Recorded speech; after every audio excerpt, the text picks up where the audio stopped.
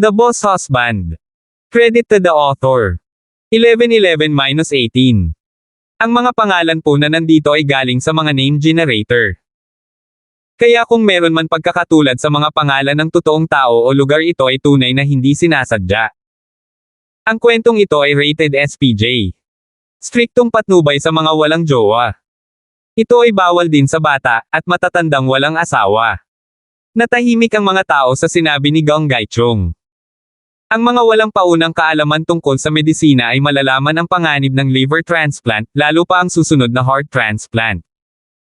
Kahit na ang isang bata at malusog na lalaki ay hindi makakayanan ito. Umiling si Jane. Hindi ko sinabi na dapat nating i-transplant ang puso pagkatapos ng atay. Wala namang pinagkaiba.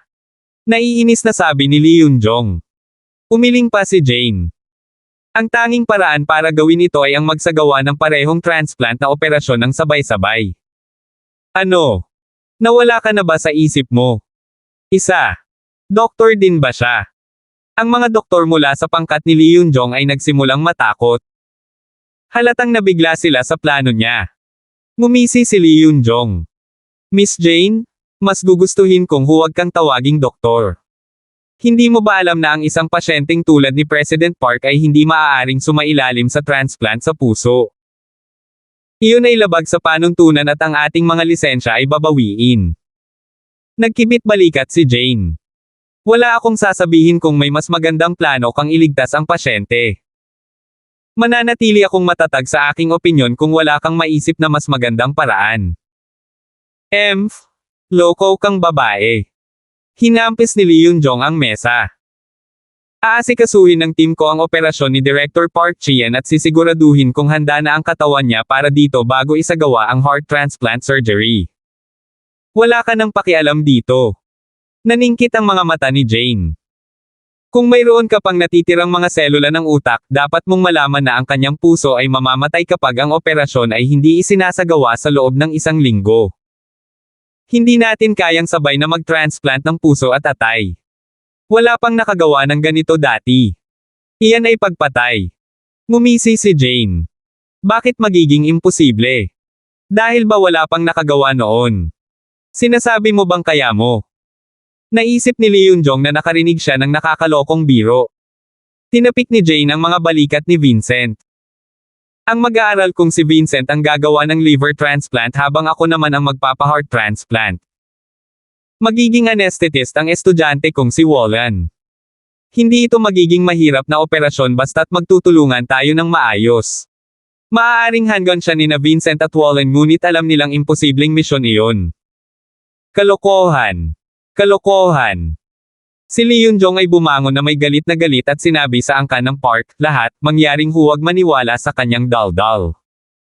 Kahit sinong surgeon sa buong mundo ay malalaman na siya ay nabaliw para lang makapag-hands-on. Bakit ka ba nababalisa?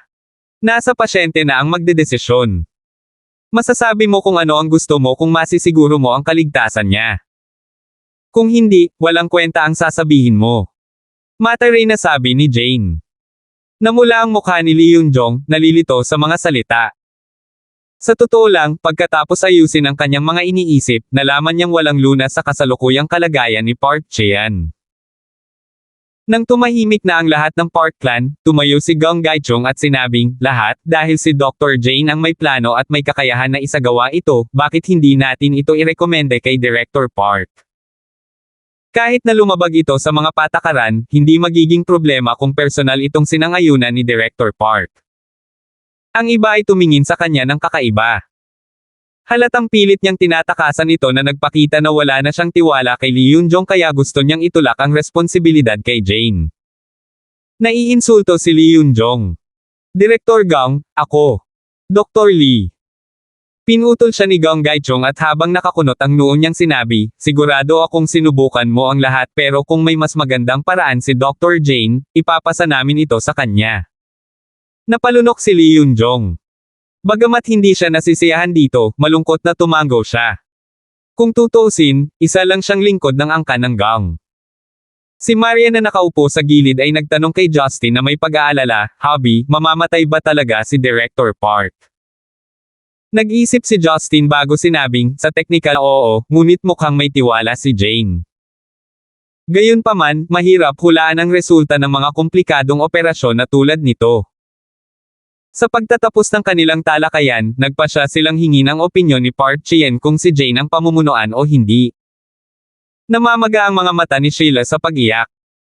Gusto niyang samahan ang kanyang lolo ngunit matapos maakit ng iba ay umuwi siya sa wakas kasama ang kanyang kasambahay. Umuwi si Gong Gaichung kasama ang kanyang grupo ng mga tao at ang tanging naiwan sa silid ay ang binatang si Kim Jip. Kahit na walang nakarinig sa kanyang boses, naramdaman ni Justin ang isang bagay na mabigat sa kanyang titig.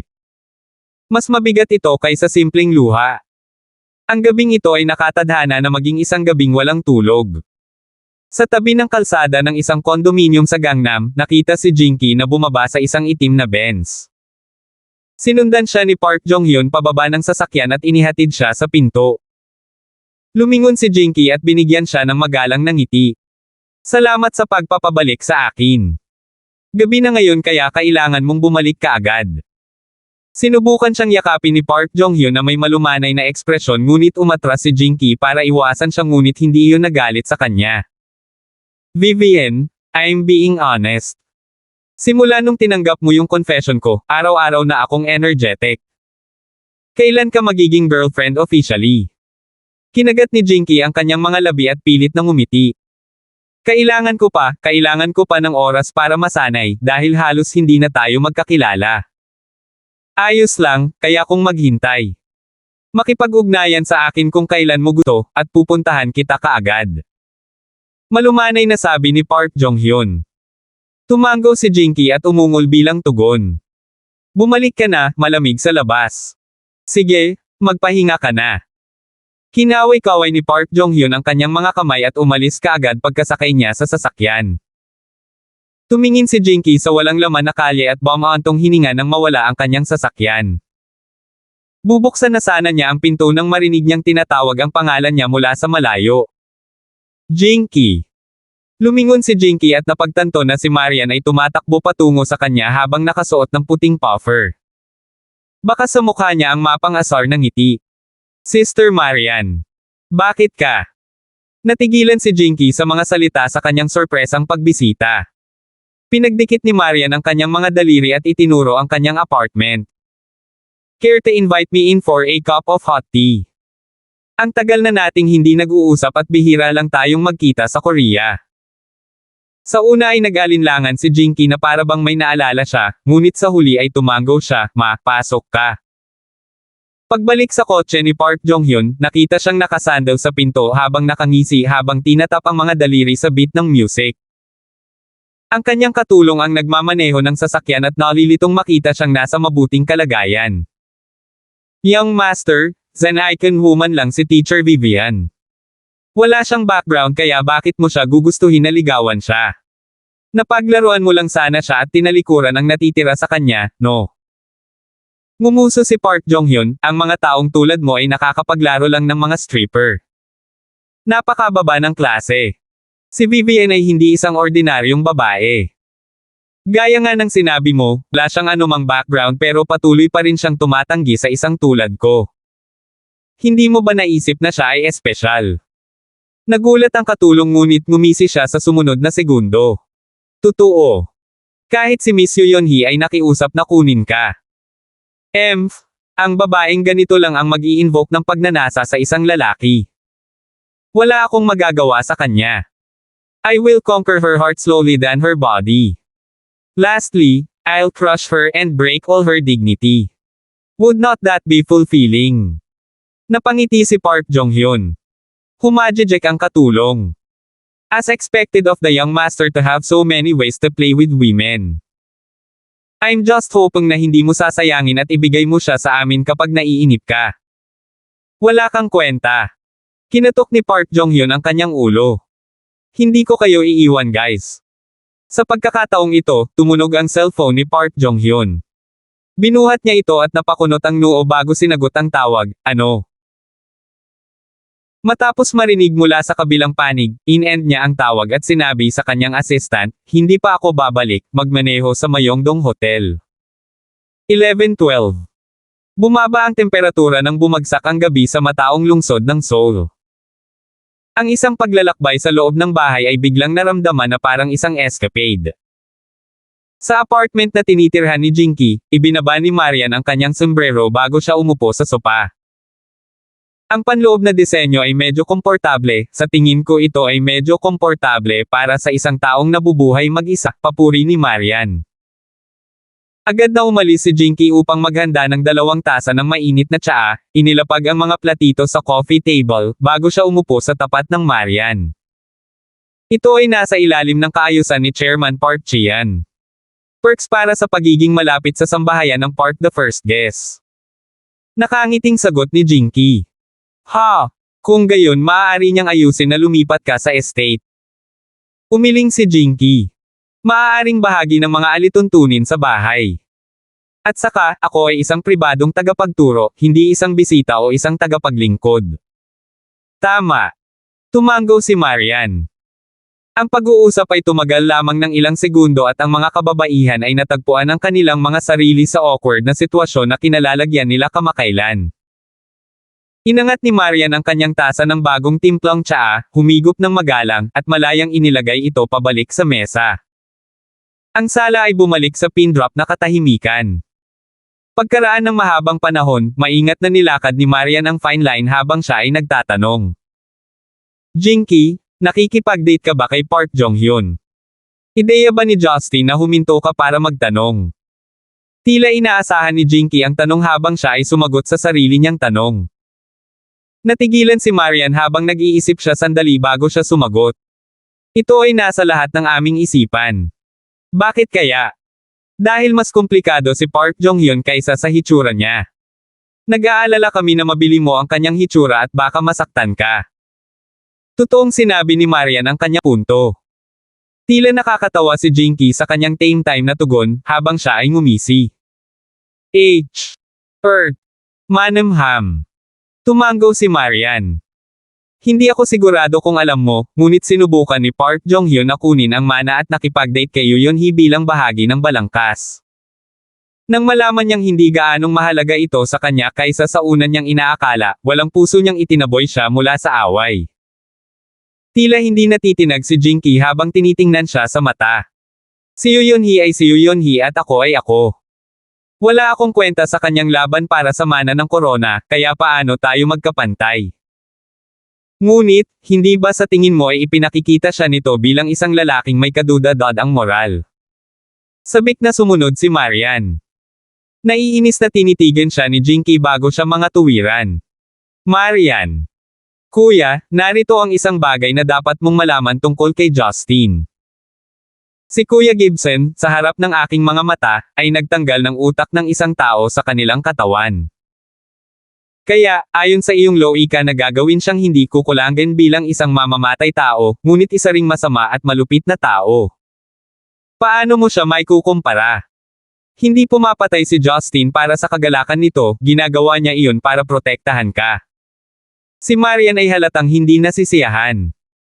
Ngunit si Park Jong-hyun, para sa kanyang sariling mga benepisyo ay ginamit si Yoon-hee bilang isang sangla upang makamit ang kanyang layunin. Iyon ay mas masahol pa kaysa sa pagtanggal ng ulo ng isang tao.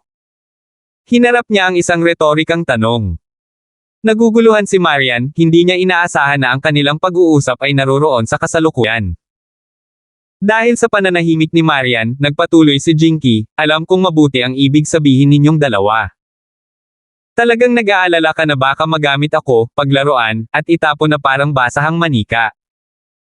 Pero Marian, naisip mo na ba na kahit wala si Park Jong-hyun, baka may iba din? Hayaan mong medyo makapal ang mukha ko dito.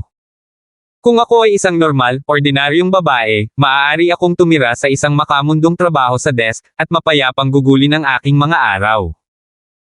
Ngunit narito ako, inaakit ang kahangahangang bata na si Park Jong-hyun, na magpapatunay na hindi ako para sa karaniwan. Narito ang isang katotohanan na malamang na hindi mo malalaman. Noong ako ay nasa aking ancestral home sa Stonegate, kung hindi dahil kay Kuya Gibson, malamang na naging biktima ako ng mga pinuno noon ng Stonegate West Union Society na sina Chen Dehay at Chen Feng. Kung hindi dahil kay Kuya Gibson, baka naging hostess ako sa isang nightclub. Marian, ang aking mga magulang ay may mahinang kalusugan sa mahabang panahon na alam ko, na nangangahulugan na ang aming pamilya ay palaging nangangailangan ng pera. Bukod sa mga trabahong iyon, wala talaga akong mga pagpipilian. Kinuyam ni Marian ang kanyang mga kamao, mahigpit na hinawakan ang mga gilid ng kanyang kamiseta, napakagat sa kanyang labi. Pinunasan ni Jinky ang kanyang mga luha, pinilit ang mapait na ngiti bago siya nagpatuloy, Marian, palagi kang may pinakamagagandang kondisyon. Ngunit ilang araw, kapag naglalakad ako sa mga malilim na nightclub na iyon, tinitingnan ko ang lahat ng magagandang babae na nagtatrabaho doon at iniisip, karamihan sa kanila ay walang pagpipilian kundi ang narito. Siguro mga bata lang sila tulad ko. Sa isang punto sila ay mga guro, mga mag-aaral sa kolehiyo, o mga empleyado ng opisina, ang ilan sa aking hula ay maaaring maging mayaman. Ngunit nang sila ay pinilit ng hindi mahuhulaan na galit na ang buhay mismo, sa palagay mo ba ay naiwasan natin ang mga pagpipiliang ito? Kung hindi si Park Jong-hyun ngayon, baka si Lee Jong-yeon, si Kim Jong-hyun bukas. Kung babalik ako sa Stonegate, kailangan ko ring bumuo ng sarili kong pamilya, hindi ba? At ang lalaking kinaiinteresan ko, sino ang nakakaalam kung ano ang kanyang pinanggalingan at mga hangarin? Maipapangako ko ba sa sarili ko na makikilala ko talaga ang tunay kong mahal? Hanggang sa puntong ito, pinamura ni Jinky ang sarili. Oo naman, hindi naman ganoon kadilim ang mundo sa lahat ng oras. Iniisip ko lang ang mga pinakamasamang sitwasyon. At the end of the day, talagang nainggit ako sa iyo, Marian. Naiwang tulala si Marian habang pinagmamasdan ng dalaga, ang kanyang isipan ay puno ng magkasalungat na emosyon. Mapait na idinagdag ni Jinky, Marian, maaari kang mag-isa na pumunta rito para balaan ako dahil alam mong kontrolado ang lahat. Nakakasigurado kang tutulong si Kuya Justin sa tuwing kailangan mo. Maaari kang magalit sa kanya, makipagkulitin sa kanya, gumawa ng mga listahan pagkatapos ng mga listahan ng mabibigat na kahilingan at sisiguraduhin niyang mapapanatili kang nasisiyahan. At sa totoo lang, iyon ang uri ng relasyon na hinahanap ko rin. Kailangan ko ng lalaking maasahan, masasandalan sa tuwing kailangan ko. Pero hindi ako ikaw. Hindi man malapit. Tulad ng karamihan sa mga tao dyan, hindi lang kami kasing swerte mo. Huminga ng malalim si Marian. So from your tone, I'm guessing makakasama mo pa rin si Park Jong-hyun, right? Umiling si Jinky. Kung gusto niya akong ligawan, sino ako para sabihin sa kanya? Hindi ako tao. Siya ang pinuno ng rehiyon ng isang internasyonal na korporasyon. Hindi niya ako sinubukang panunokso, kaya bakit ko sasalungat sa kanyang mga pagsulong? Natigilan si Marian. Alam na alam niya kung ano ang kaya ni Park Jong-hyun kung magalit siya. Sasabihin pa lang ni Marian na maaaring tulungan siya ni Justin, ngunit ilalagay niyan si Jinky sa mga bisig ni Justin. Napansin ni Jinky ang pagkalito ni Marian habang siya ay napahajejek. Marian, ikaw ay nasa sanggang daan ng eksakto dahil sa kung gaano kalaki ang pagkakaiba ng ating mga pananaw. Kaya, ano man ang iyong sinabi o sasabihin, ito ay magiging tulad ng magkasalungat na dulo ng isang string. Habang hinihila mo ay lalong humihigpit. At sa huli, pumutok ito. Subukang ilagay ito sa konteksto. Si Marian, nagulat, ay walang imak na tumingin sa taong nasa kabilang mesa, nalilito kung ano na siya. Mukhang lumaki ka ng husto noong nakaraang taon. Ikinararangal kong ako ang nakikinig sa iyo dito. Idinagdag ni Jinky. Madalas na nagsisinungaling ang mga lalaki sa kanilang sarili. At kung hindi dahil sa isang lalaki sa buhay mo, sigurado ako na hindi mo ako nakilala dito ng mag-isa. Tinanggihan ni Marian bilang tugon. Magandang hula, pero baligtad talaga. Naisip ko na baka magalit si Justin sa iyo, kaya pinigilan ko siya pagdating ng panahon. At narito, kinukumbinsi kita sa halip. Kahit na siguradong nakiramay ka sa akin, mayroon pa ring makasariling panig sa akin dito. Habang nagsasalita, tumayo si Marian at inayos ang kanyang coat. Aalis na ako. Mukhang napatunayang walang saysay ang aking mga pagsisikap na dumaan. Dahil alam mo na kung ano ang iyong ginagawa, naniniwala ako na ikaw ang pumili kung ano ang gusto mong tahakin. Maraming mga kaawa-awang babae sa mundo. Ang aking asawa ay walang obligasyon na pangalagaan ang bawat isa sa kanila na pinahahalagahan niya, habang ako ay may nalulante na pasensya para sa anumang higit pa sa kanyang mga hilig. Jinky, ingatan mo ang sarili mo.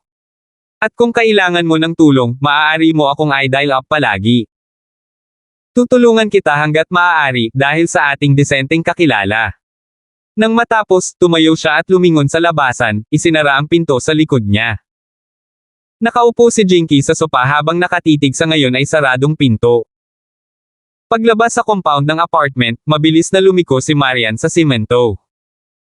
Sa madilim na lugar sa hindi kalayuan, isang pamilyar na mukha ang bumungad sa kanyang sarili. Si Justin na may mainit na ngiti sa kanyang mukha ay lumapit sa kanya at binigyan siya ng mahigpit na yakap. Buti naman at sinundo mo ako. Si Marian ay walang emosyon gaya ng dati, kahit na may bahid ng pag-aalala. Magkahawak kamay habang naglalakad sila, mabilis nagtanong si Justin, kaya paano ito nangyari? Sinabi ni Jinky na alam niya ang kanyang ginagawa. Siya ang dapat na magdedesisyon kung ano ang magiging takbo ng kanyang buhay. Tumango si Justin. If she needs help in any way, do me a favor to watch out for her. Baka pwede mong kausapin si CEO Park, to open up the option for her to return to Stonegate or even to America. At saka, magkakilala naman kayo 'di ba, hindi ba't masarap magkaroon ng mabuting kaibigan sa tabi-tabi? Ngumiti si Marian bilang tugon, habang ang kanilang mga boses ay unti-unting nilalamon ng dilim ng gabi. Mamaya sa gabing iyon, sa pag-aaral ng Gongklan Estate sa Gangnam. Umupo si Gong Gaichong sa tabi ng leather revolving chief executive chair, masigasig na nakikipag-chat sa pamamagitan ng telepono. Si Lee Yun-jong at Gong Woo ay parehong nakatayo sa tabi ng study desk, hindi gumagalaw. Nang matapos ang tawag sa telepono, inihayag ni Gong Gaichong na hanap na ang Heart CEO na kailangan ni Park Chean. Kapag napagpasyahan na ang araw ng operasyon, kukunin namin ito mula sa second hospital at mabilis na ihahatid sa University Hospital. Nakasimangot na sagot ni Lee Yun-jong. Sir, patawad, gusto mo ba talagang payagan ang babaeng Jay na iyon na operahan ang CEO na si Park Chean? Hindi ba ito ang pinakamagandang pagkakataon para mag-alok ng malaking tulong para sa angkan ng Park? Imposible ang sabay na pagsasagawa ng parehong atay at puso sa isang mahina at mahinang matanda. Ano sa palagay mo ang mga pagkakataong magtagumpay? Ito, si Lee Yun-jong ay basang-basa sa malamig na pawis. Probability-wise, mas mababa sa 20%. Ngunit sa totoo lang, kahit na sa lahat ng posibilidad laban dito, ang mga pagkakataon ay malamang na mas mababa sa 1%. At sinasabi mo kanina, it's an obvious failure in the making. Kung ipagpipilitan natin ang sarili natin sa isang kompetisyon, ano ang magiging resulta para sa atin? Kung gusto ni Jay na gawin ito ng masama ay hayaan mo na siya. Nakakalungkot lang siguro na namatay si CEO Park sa medyo murang edad, ngunit hindi natin mapang-uyam na sisihin ang pagkamatay niya sa operational mishaps ni Jane, di ba? Ngumisi si Gong Gaichong. Ang kailangan lang nating gawin ay magbigay ng buong suporta kung kinakailangan, upang makuha ang pasasalamat ng angkan ng Park. Pagkatapos, ang aming panukala para sa isang alyansa na kasal ay matutuloy. Dinilaan ni Gong Woo ang kanyang mga labi, na may masasamang ngiti sa kanyang mukha. Tatay, talagang kamangha-mangha ang Sheila na iyon. Mas mahusay siya sa mga liga kaysa sa mga sluttish na babae doon. Kailangan ko siyang pakasalan. Dimwit. Sa pangakong mag-asawa lang, ang pagpapakasal kay Sheila ang magiging unang hakbang. Pagkatapos mawala ng Star Moon Enterprise ang tusong matandang fox na si Park Chean, amin na ang korporasyon para kunin. Mag-isip ka pa, tanga. Si Gong Woo ay naging inspirasyon, masigasig para sa magandang hinaharap na darating. 11:13. Kinaumagahan, ayos na ang kalagayan ni Park Chean at gising na siya. Nakaharap sa kanya ang isang portable stand table, sa ibabaw nito ay 3 magkakaibang dokumento na naghihintay ng kanyang lagda.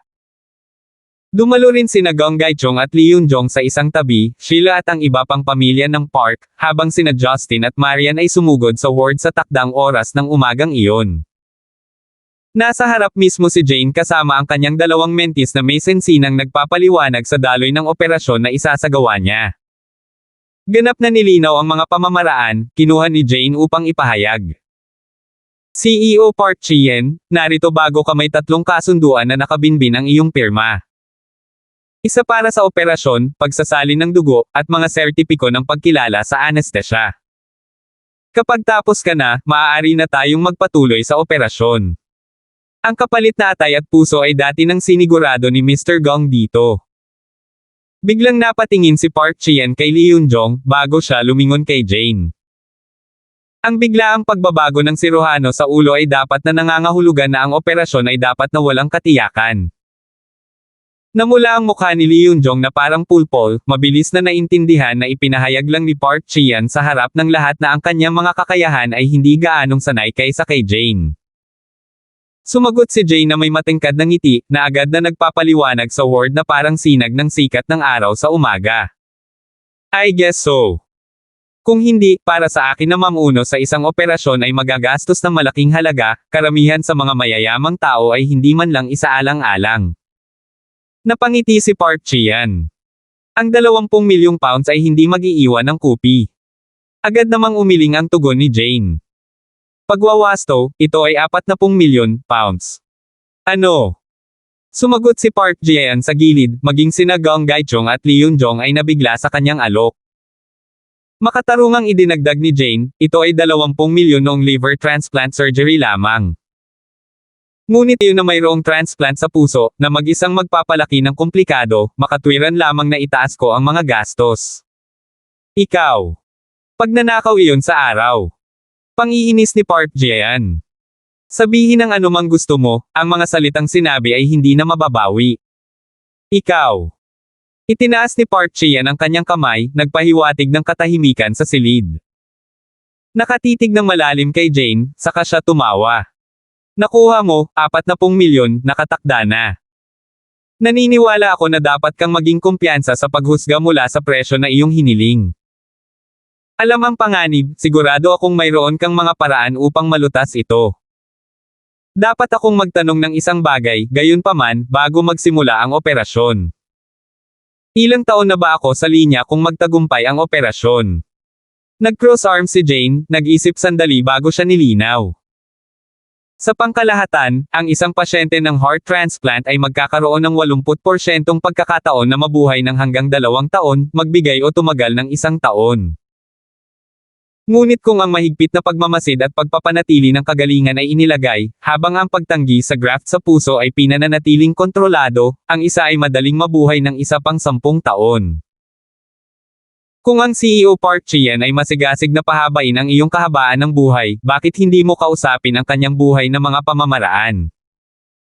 Maaaring wala sa kanyang saklaw ngunit ang pagpapanatili ng mga kakayahan ng iyong katawan sa paggana sa mga darating na taon ay ang kanyang larangan ng kadalubhasaan. Mr. Gibson. Bumulong si Park Chien, habang ang kanyang tingin ay lumingon kay Justin sa dulong sulok ng window pane. Tumugon si Justin sa biglang paglilipat ng atensyon na may malawak na ngiti. CEO, ang aking pamilya ay may isang lihim na recipe na ipinasa sa mga henerasyon. Ang mga tao sa larangan ay angkop na pinangalanan itong mahusay na apoy ng isang posporo na tumatagal ng 3 gabi, ang pinakamataas na nilikha na pinagpala ng kabanalan, ang nag-iisang tableta ng mga banal na langis. Ilang siglo na ang nakalilipas, ginamit ng maalamat na general ng pamilya Gibson ang eksaktong mga tabletang ito para makalusot sa pagbuo ng makalangit na gate. Ito ay napatunayan upang mapalakas ang sigla at mahabang buhay, palakasin ang mga buto at pabutin ang mga kalamnan. Kapag tapos na ang iyong operasyon, bibigyan kita ng sample. Tinitiyak kong magiging kasing lakas ka ng baka sa lalong madaling panahon. Nakakuha ng atensyon ng lahat ang bombastic string na iyon ng mga salita. Humanga sila sa katatasan ni Justin sa Korean. Bahagyang hinailan ni Marian ang kamisete ng kanyang asawa. Hobby. Anong sinabi mo? Agad na inulit ni Justin ang kanyang sinabi, sa pagkakataong ito sa Mandarin. Kailan tayo nagkaroon ng ganyan? Bahagyang nagsabunutan ang mga kilay ni Marian. Dummy, nagpino ako ng mga table tas diba?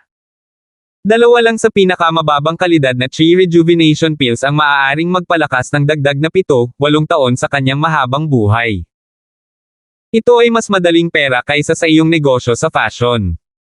Pinanlakihan ni Marian ang kanyang mga mata sa kanyang sinabi at hinimas ang kanyang palawit.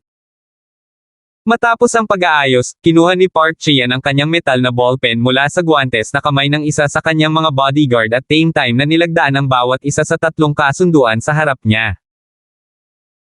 Matapos gawin ang signage, naging malungkot ang mga ekspresyon ni Jane habang kinokolekta niya ang mga dokumento at tumango bilang paggalang sa matandang Park Chian.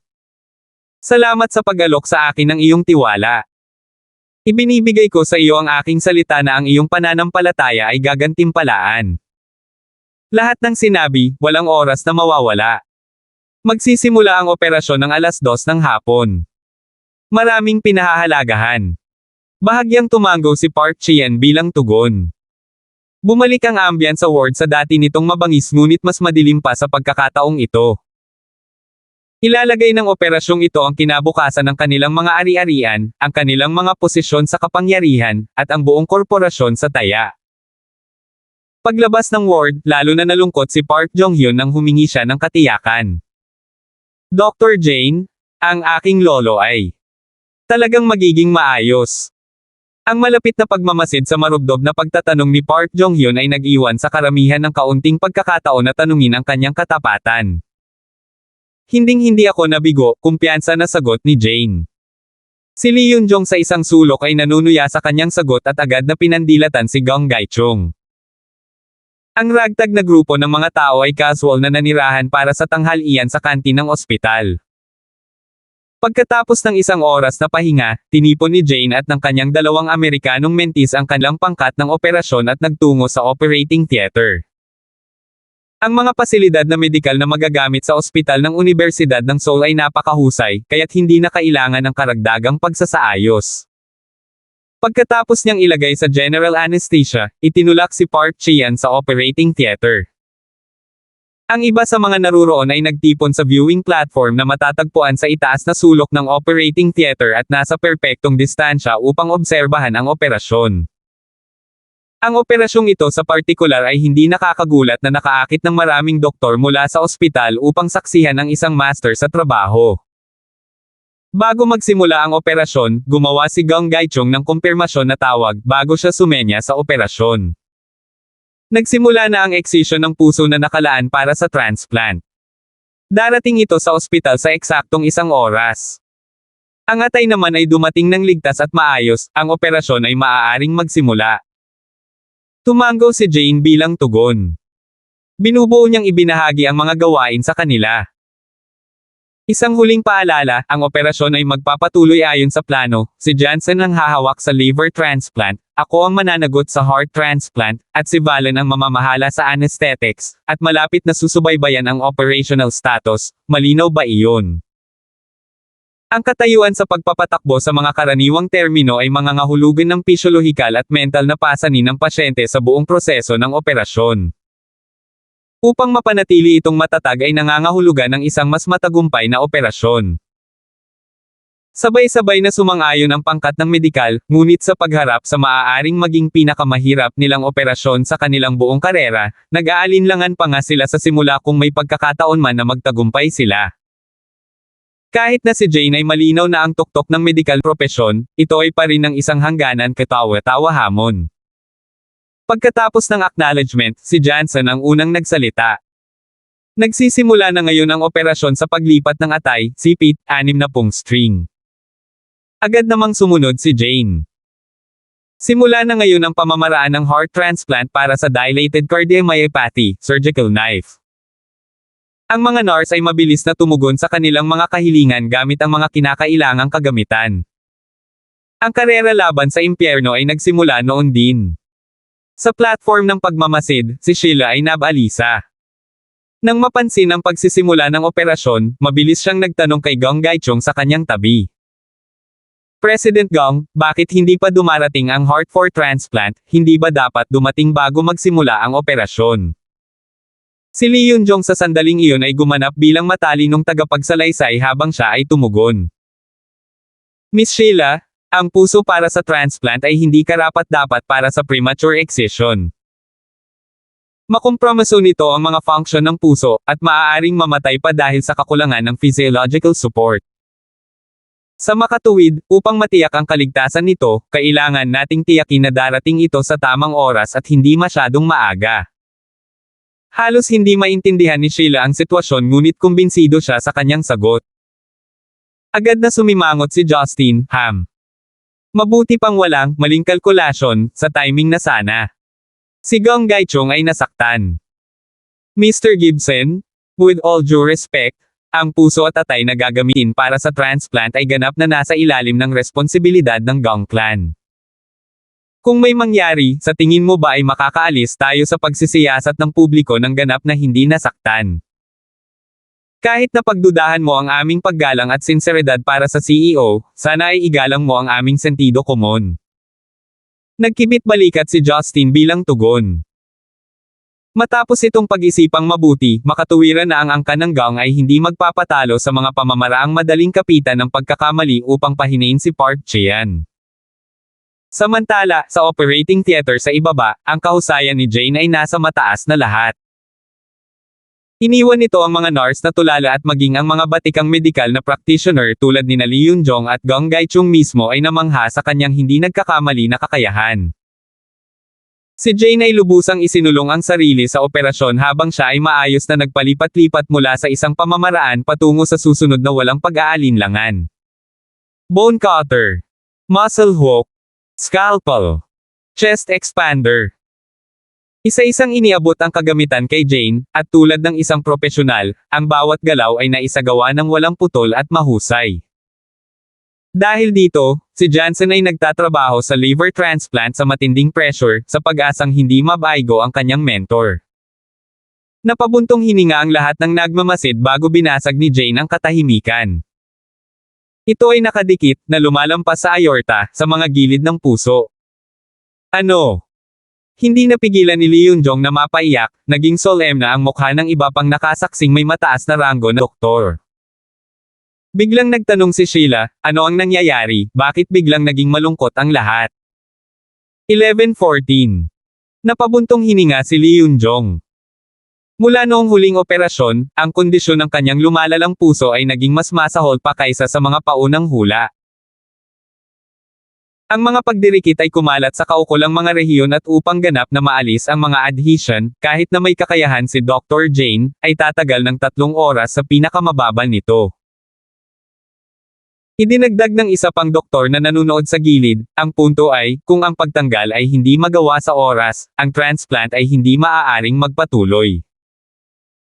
Samantala, si Jane na talagang sangkot sa operasyon ay halos hindi nababahala nang lumingon siya sa kanyang assistant surgeon. Hahawakan mo ang pagtanggal ng adhesion sa paligid ng perimeter ng puso. Magmadali, ngunit mangyaring mag-ingat. Agad namang tumango ang assistant surgeon. Bilang bahagi ng elite American medical team mismo, nagkaroon ng kaunting debate tungkol sa kanyang profesionalismo. Mabilis niyang inabot ang surgical mesh cloth at isang scalpel para ipagpatuloy ang pagdidisimpekta. Nagpatuloy ang operasyon gaya ng naka-schedule na si Jane ang nasa core nito, na nag-orkestra sa daloy ng buong operating theater. Ang pasyente ay huminto sa paghinga. Pagpapatay ng ventilasyon, hindi nagbabago ang presyon ng dugo. Pansamantalang taasan ang lagkit ng oxygen ng 1 decimal. Utos ni Jane, bago muling bumaling sa kanyang assistant surgeon. Subukan mong mag-ehersisyo sa mga gilid. Yes ma'am. Lumipas ang ilang minuto at si Lee Yun-jong sa observation platform ay binaligtad ang kanyang relo para tingnan ang oras. Kailangang gawin ang heart transplant sa loob ng 4 na oras. 2 oras at 30 minuto na lang ang natitira. Kung magpapatuloy ito, kahit na dumating ang pusong eye transplant, hindi matatapos sa oras ang procedure. Si Sheila sa puntong iyon ay naluluha na. Ang kasambahay na si Yun-jong sa likod ay tinapik siya sa balikat, sa kabila ng parehong pagkabalisa. Mabilis na tiningnan ni Park Jong-hyun ang oras ngunit sinundan ito ng nakakatakot na kalahating ngiti. Bumalik sa operating theater, walang putol na pinanatili ni Jane ang daloy ng bawat pamamaraan. Hayaan mo akong hawakan ang inferior vena cava, probe-pointed scissors. Ang ilan sa mga katulong ay basang-basa sa malamig na pawis ngunit gayunpaman ay humanga sa kalmado at nakolektang paglapit ni Dr. Jane, sa kabila ng matinding pressure. Si Jansen sa kabilang dulo ng operating table ay sinisikap din ang kanyang makakaya na hindi maalog ng kanyang paligid habang sumusulong sa liver transplant gaya ng plano. Tungkol sa liver transplant, ang hepatic artery ay matagumpay na nakakabit para magpatuloy sa reconstruction ng gallbladder. Sipit, line 40. Sumulyap si Jane kay Jansen, kinikilala ang kanyang mga kakayahan sa isang tango bilang pagkilala. Sagot naman ni Jansen na may awkward na ngiti sa likod ng kanyang surgical mask. Alam niya na kahit na magtagumpay ang liver transplant, hindi mahalaga kung hindi makumplito ang heart transplant sa takdang oras. Sa sandaling iyon, bulalas ni Valan. Nagsisimula ng lumaki ang mga bituka. Dagdagan ang doses ng mga muscle relaxant. Dr. Jane, kung mananatili ang mga kondisyon, lumiliit ang pagkakataon nating magtagumpay sa paglipas ng panahon. Huminahon, hindi mo ba naisip na isinaalang-alang ko ito? Ngunit bilang mga medical na practitioner, kahit na may maliit na pagkakataon na magtagumpay, kailangan nating ibigay ang lahat sa paggawa nito. Ang kanyang mga salita ay tumama sa bawat isa sa mga kawani ng medikal sa operating theater. Ang kanyang katapatan at empowerment ay tila nahawa sa lahat habang ang lahat ay nanumbalik ang kanilang kumpiyansa. Bumalik sa platform ng pagmamasid, tila unti-unting nakumbinsi si Lee Yun-jong sa dedikasyon ni Jane sa kanyang craft habang maingat niyang pinagmamasdan. Sa sandaling iyon, tumunog ang linya ng telepono ng observation platform. Sinagot ng Dean ng University Hospital ang tawag, tahimik na nakinig saglit, bago niya ito dali-daling ibinigay kay Gong Gaichong. Pagkaraan ng ilang sandali, si Gong Gaichong ay sumabog sa galit habang siya ay umuungal. Ano? Anong problema mo mga dimwits? Linisin kaagad ang lugar ng aksidente. At ibalik mo. Ang lahat ng dumalo ay mabilis na sinagot ang kanyang usapan, ang ilan ay nagtanong pa. May nangyari ba sa puso? Namutla ang mukha ni Gong Gaichong na parang kumot. Naaksidente ang sasakyang pang-transport na may puso. Nakatigil ngayon ang buong bahagi ng kalsada. Ano? Ano ngayon? 2 oras na ang nakalipas at bakit ngayon lang sila nagbalita? Napaungol si Liu Haoming. Si Sheila ay natakot habang siya ay nagtatanong. Literal na sinabi mo na walang magiging problema. Ang kanyang sinabi ay humantong sa isang chain reaction ng kaina hinalang tingin kay Gong Gaichong, na iniwan siya sa isang mahirap na posisyon. Damn it! Wala akong pakialam kung maniwala ka sa akin pero hindi ko inaasahan na may mangyayaring aksidente. Nagdikit ang ngipin ni Gong Gaichong. President Gong, ano ang kalokohan na ito? Bakit ngayon pa ito mangyayari at hindi sa anumang oras? Hindi ba't napakalaking pagkakataon? Tanong ni Park Jong-hyun. Mapang-uyam na sagot ni Gong Gaichong, na nakatingin kay Park Jong-hyun. Hindi ba't gusto nating lahat na malaman? Kung may taong sadyang bumagsak sa ating mga pagsasaayos. Mabilis na tumaas ang tensyon sa loob ng observation platform. Nagtadges ang ngipin ni Lee Yun-jong habang sumisigaw sa linya ng telepono. Dr. Jane, ang puso na patungo sa ospital ay na-hold up. Nablock ang buong traffic section. Hindi ito darating sa oras. Inuulit ko na hindi ito darating sa oras. Mangyaring magpatuloy sa agarang rebisyon ng mga pamamaraan. Sa operating theater, ang mga medikal na kawani ay ganap na sumuko. Ang huling balitang ito ay parang pako sa kabaong.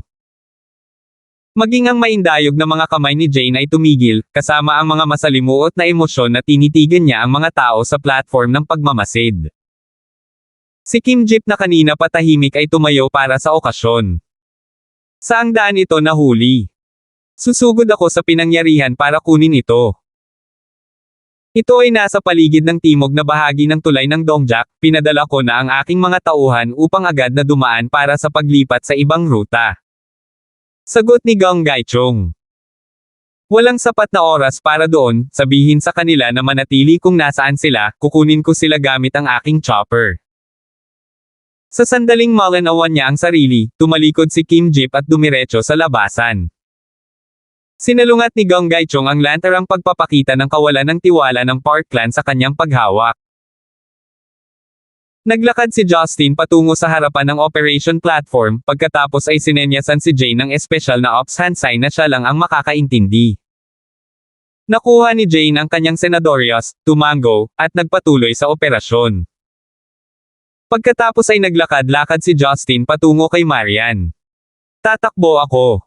Sa tingin ko ay hindi sila makakarating sa oras. Manatili ka rito kasama si Sheila. Si Marian ay nababalisa din, na agad na napansin ang intensyon ni Justin na kunin ang puso, siya ay buong suporta. Sa operating theater, nag-isip sandali si Jane, bago siya lumingon sa kanyang assistant surgeon. Kailangan kitang hawakan ng superior vena cava, bilang karagdagan sa ating mga naunang pagsasaayos. Jansen, kumusta ang pag-unlad? Mabilis na sumagot si Jansen, ngayon ay pumapasok sa proseso ng pagtatago ng mga libreng bituka. Sipit. Halatang napailing si Valen sa gilid. Dr. Jane, kaya mo bang gawin ang puso? Sinaman siya ng tingin ni Jane. Huwag nating masyadong isipin. Kailangan nating magtiwala sa kanya. Siya. Oo. Hindi na nagdetalye si Jane, gaya ng paghihimok niya. Mayroong mahigit 2 oras na lang ang natitira. Nauubusan na tayo ng oras. Samantala, sa isang protektadong kagubatan na matatagpuan sa loob ng isang urban nature reserve, malapit sa timog na bahagi ng tulay ng Dongjak. Tumalon si Justin mula sa isang liblib na sulok at nahulog sa bangkita. Dahil tanghali na, gagawin ni Justin ang lahat para maiwasan ang kaguluhan sa publiko.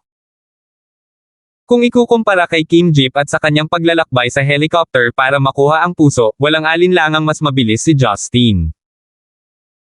Sinimulan ng kanyang banal na pakiramdam upang suriin ang kanyang kapaligiran, mabilis na nakita ni Justin ang isang seksyon na masikip ng aksidente sa trapiko. Sprinting patungo sa seksyon ng kalsada, nalaman ni Justin na ang ugat ng problema ay isang pagtagas ng gas at isang kasunod na pagsabog ng isang solong kotse na naging dahilan upang huminto ang iba pang mga driver sa harap nito. Nang mapansin ang umaalingaw-ngaw na mga sirena ng mga pulis at ng mga ambulansya, sumimangot si Justin bilang tugon. Sa ganitong nakalulungkot na sitwasyon, ang trapiko ay hindi maaaring maalis sa loob ng 2 hanggang 3 oras. Kahit na ang helicopter ay dumating sa pinangyarihan, maaaring maging isang abala upang mahanap ang sasakyan na may puso para sa transplant. Inilagay ni Justin ang kanyang pag-iingat sa atensyon ng publiko sa likod ng kanyang ulo habang siya ay sumugod sa mga hanay ng nagkakagulong mga sasakyan, sinusuri ang bawat isa sa kanila sa proseso. Sa kanyang mabilis na pagkakuha ng paningin, ang mga mata ni Justin ay mabilis na napako sa isang sasakyang hindi ambulansya na may mga salitang ikalawang ospital sa mga pintuan nito. Nakabold patungo sa puting sasakyan, mahinahong kumatok si Justin sa pinto. Ang driver ay isang empleyado ng ospital na nakasuot ng puting Amerikana, na nakakabigo. Nagtanong siya, "Sir, may problema ba?" Pinutol ni Justin ang paghabol. "Ako ay mula sa angkan ng park, nasaan ang puso para sa transplant?" Nataranta ang driver. Muli. May ibang tao nang nag-claim na siya ay mula sa angkan ng park na nandito lang sandali lang ang nakalipas. Kinuha niya ang puso sa kanya. Ano? Agad na dumating si Justin sa paghahayag ng mga pangyayari. Sigurado kang galing siya sa angkan ng park. Ano ang pangalan niya? Siya ay isang medyo makatarungang binata. Sa tingin ko ang kanyang pangalan ay Kim Jeep. Seryosong sagot ng driver. Pinaikit ni Justin ang kanyang mga mata. Gaano na siya katagal umalis? Saang direksyon? Ano ang hitsura ng kahon na may puso? Pumunta siya sa kanlurang bahagi. Umalis siya mga 2 minuto lang ang nakalipas. Nako, pula ang kahon. Ang driver ay halatang nalilito pa rin ngunit sa halip ay upfront sa kanyang mga sagot. Nasa Justin ang lahat ng mga sagot na kailangan niya, at walang karagdagang pagkaantala ay tumakbo patungo sa kanlurang bahagi. Si Kim Jeep ay hindi maaaring dumating dito bago ang kanyang sarili, na nangangahulugan na ang taong umalis na may dalang kahon ay handa na i-frame si Kim Jeep para sa layunin. Pero bakit niya pipiliin ang introverted young bodyguard na si Kim Jeep bilang scapegoat? Bago niya may palibot ang kanyang ulo sa sitwasyon, isang sulyap ng pula ang nakakuha ng atensyon ni Justin. Dahil sa bilis ng kanyang kidlat na reflexes, bago pa makalayo ang salarin, naabutan na siya ni Justin. Pinagmamasdan ng pamilyar na silhwete, kasama ang pulang parsela sa kanyang mga kamay, si Justin ay natulala. Ang lalaking nasa harapan niya ay kamukha ni Kim Jeep. 11:15. Kung hindi siya lubos na sigurado na hindi si Kim Jeep iyon, sa mga tuntunin ng hitsura at pangangatawan, maaaring malinlang si Justin na isipin na ito ang tunay na Kim Jeep tulad ng iba. Nang itinulak ni Justin ang sarili patungo sa impostor, niyugyug nito ang lalaki. Sino ka ba? Rektibong tanong ng lalaki. Ngumisi si Justin. Ha? Peke ka lang. Ang hindi pagkilala sa akin ang pinakamalaking ebidensya. Si Kim Jeep ay rektibong umatras ng 2 hakbang. Wala akong pakialam kung sino ka, tumakbo ka. Walang interes si Justin sa isang pag-uusap dahil alam niyang kailangan ni Jane ang puso upang maihatid. Siya ay sumugod patungo sa impostor, inabot at inilagay ang isang kamay sa pulang storage box. Galit na galit ang lalaki. Bahagyang sumasabunot ang gilid ng kanyang mga labi habang inilabas niya ang isang matalim na punyal at nagmamadaling tinusok patungo sa tiyan ni Justin. Nakita ni Justin na nanggagaling ito mula sa 1 milya ang layo ngunit halos hindi naabala habang hinahawakan niya ang storage box at inagaw ito mula sa kanyang pagkakahawak. Natulala ang lalaki nang makitang nang madikit ang laman ni Justin ay para itong tinamaan ng matibay na tipak ng bakal. Hindi nasira ang punyal sa kabila ng direktang tama niya. Ang pagsaksi sa kanyang hindi maarak na balat anuman ang kanyang pinakamahusay na pagsisikap ay para siyang nakasaksi ng isang demonyo sa anyo ng tao. Ang lalaki ay walang lakas upang labanan ang agresibong pagbawi ni Justin, ngunit bago niya mahawakan ang kanyang posisyon ay hinawakan siya ni Justin sa pamamagitan ng choke point. Si Justin ay tumingin ng detalyado, napansin na malinaw na ginamit ng lalaki ang diskarte sa pagbabagong anyo, na pinaikot ang kanyang orihinal na katulad na hubog upang tumugma sa mukha ni Kim Jeep. Ang isang diskarte sa pagbabago ay isang nauugnay sa maraming mga rehiyon at organisasyon sa Timog Silangang Asya at hindi isang natatanging nauugnay sa mga Japanese ninja. Walang intensyon si Justin na tanggalin ang kanyang mukha ng balat ng tao, sa pagsasaalang-alang na ang impostor ay magpapatunay sa pagiging inosente ni Kim Jeep kapag nagkita sila. Great! Turn ko na ngayon? Sino ka? Same time na tanong ni Justin. Ako. Ako si Kim Jeep. Kung maglakas loob kang sakta ng angka ng park, masusumpa ka sa impyerno. Hindi mo talaga alam kung kailan ka susuko ha. Lalong kumapit si Justin. Kapag hindi mo sasabihin, babaluin ko ang leeg mo. Nagdikit ang mga ngipin ng lalaki, galit na nakatingin kay Justin. Ang kanyang mga mata ay sumisigaw ng galit ngunit nanatili siyang tahimik. Ang lalaki ay malinaw na sinanay ng propesyonal na walang takot sa harap ng kamatayan. Sapat na si Justin sa kanyang pakikipag-ugnayan sa lalaki dahil kailangan niyang bumawi sa nawalang oras. Nang malapit na niya itong dalhin sa hustisya, may kakaibang nangyari. Ang impostor ay nanginginig ng husto bago ang kanyang bibig ay bumulwak ng dugo na may lagkit na katulad ng itim na alkitran. Pagpapakamatay sa pamamagitan ng pagkalason.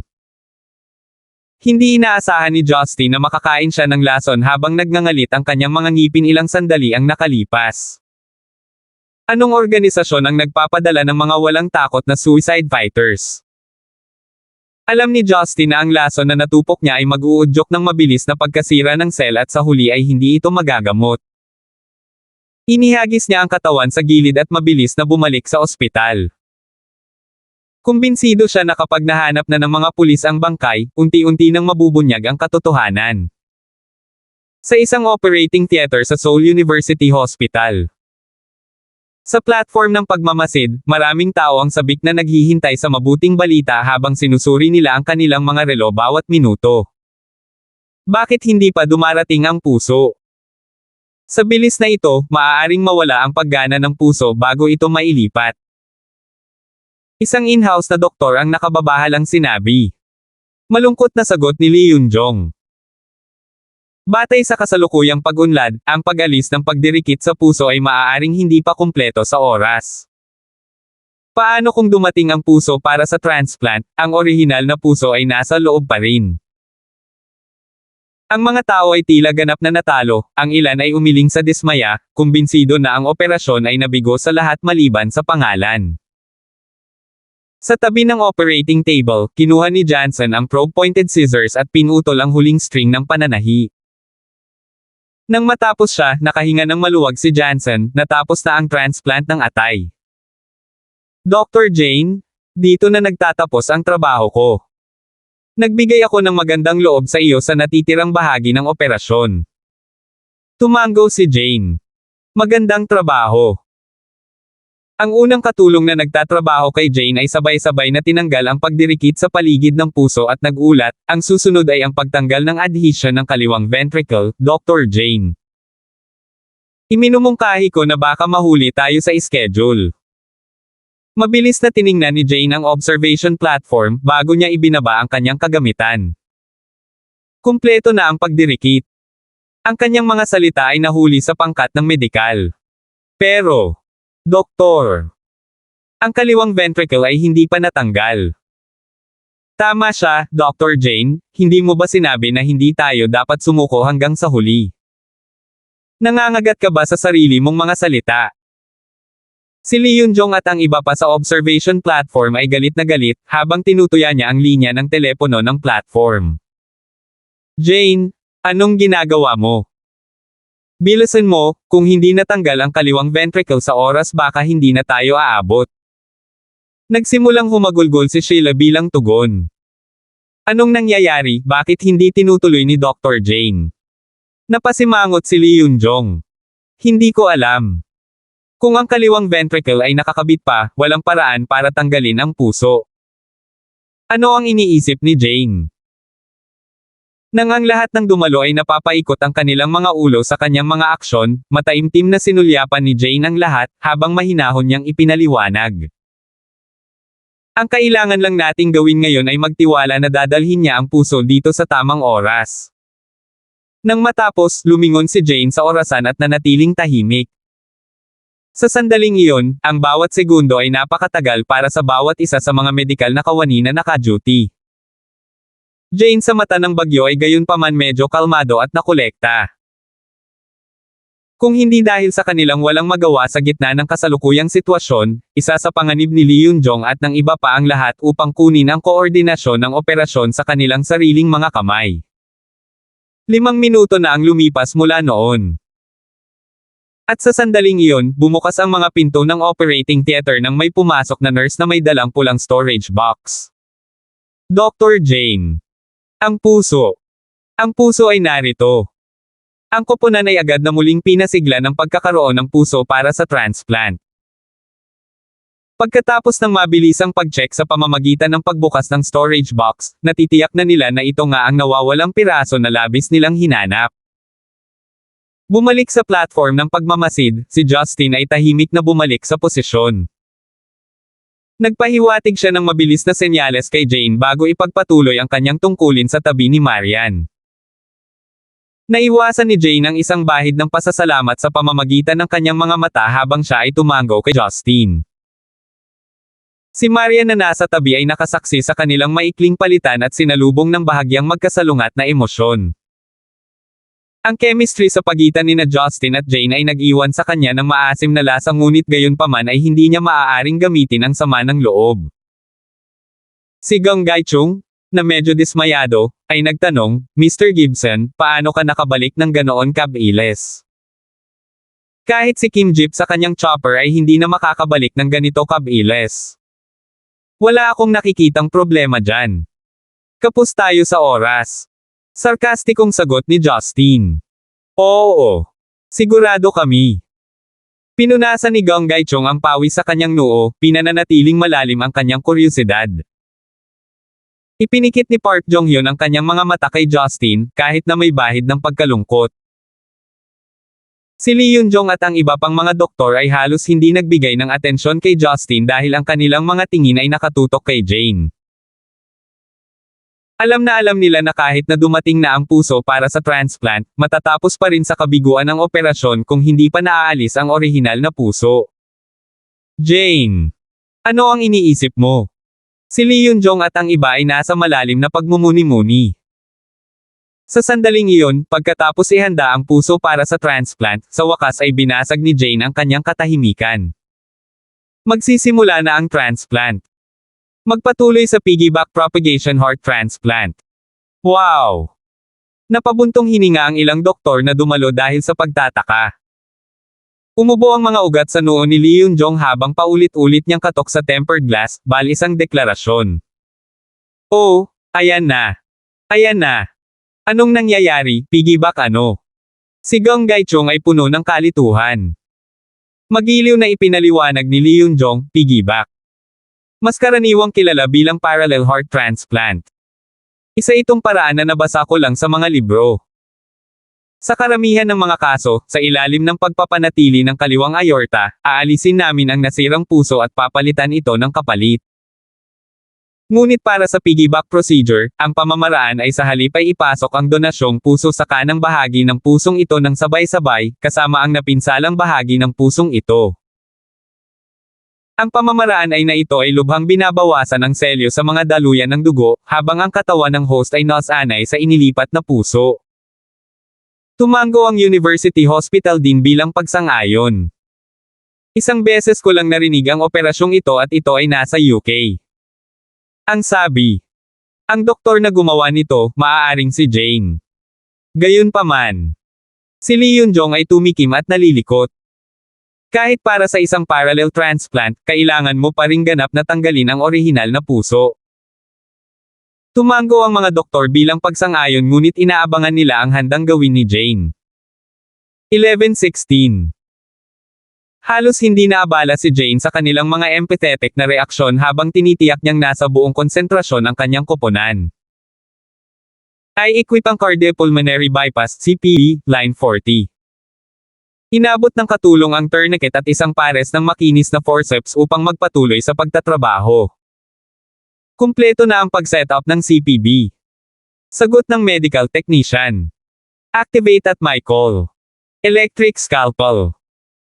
Habang inaayos ang mga responsibilidad sa harap niya, siniguro niya na ang kanyang assistant ay nakatali.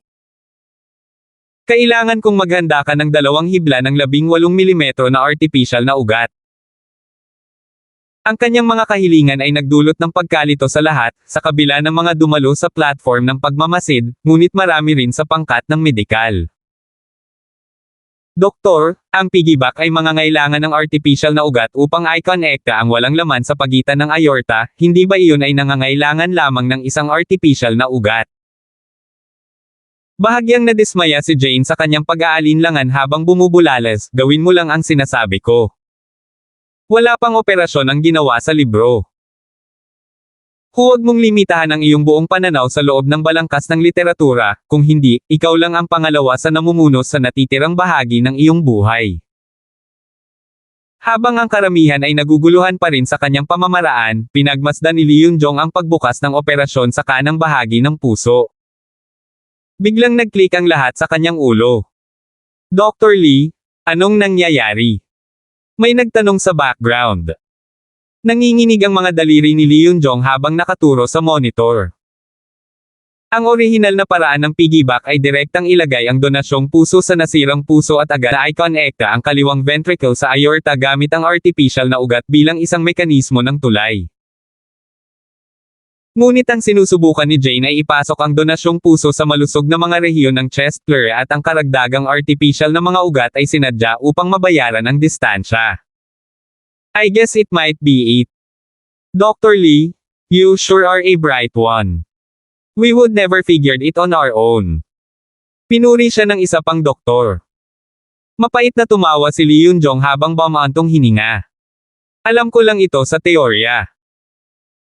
Si Dr. Jane ang namumuno, ngunit ang nakapagtataka sa akin ay kung paanong walang sino man sa atin ang makakaalam ng kanyang mga plano. Sa simula pa lang, naisip na ni Jane na ang detachment ay hindi magagawa sa ibinigay na oras. Damat lahat kami ay nag-aalala sa lahat ng oras na ito. Lumalabas na lahat ito ay bahagi ng kanyang plano.